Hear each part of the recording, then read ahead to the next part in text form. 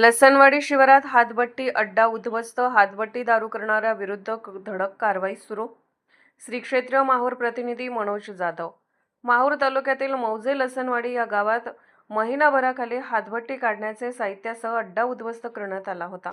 खबरांनी दिलेल्या माहितीनुसार पोलीस निरीक्षक देविदास चोपडे यांच्या मार्गदर्शनाखाली संदीप अन्य बोईनवाड आणि पोलिसांनी लसणवाडी शिवारातील नाल्याकाठच्या खड्ड्यात धाड टाकून 200 लिटर रसायनसह हातभट्टी दारू काढण्याचे साहित्य दिनांक 4 रोजी दुपारी 2 वाजता नष्ट करण्यात आले. पोलीस उपमहानिरीक्षक शहाजी उमा, पोलीस अधीक्षक अविनाश कुमार यांच्या मार्गदर्शनाखाली सुरू असलेल्या ऑपरेशन फ्लॅश आउट अंतर्गत अवैधरित्या दारू विक्री, हातभट्टी दारूसह इतर अवैध व्यवसायाच्या ठिकाणी धाडी टाकणे सुरू असून अनेक ठिकाणी मोठमोठे हातभट्टी दारूचे अड्डे उद्ध्वस्त करण्यात आलेले आहेत. मौजे लसणवाडी येथे याआधीच असाच अड्डा उद्ध्वस्त करण्यात आला होता. खबर यांनी दिलेल्या माहितीनुसार दिनांक 4 रोजी जंगलाला लागून असलेल्या नाल्यातील खड्ड्यात दारू काढण्याचे साहित्य जमवल्याची माहिती मिळाली.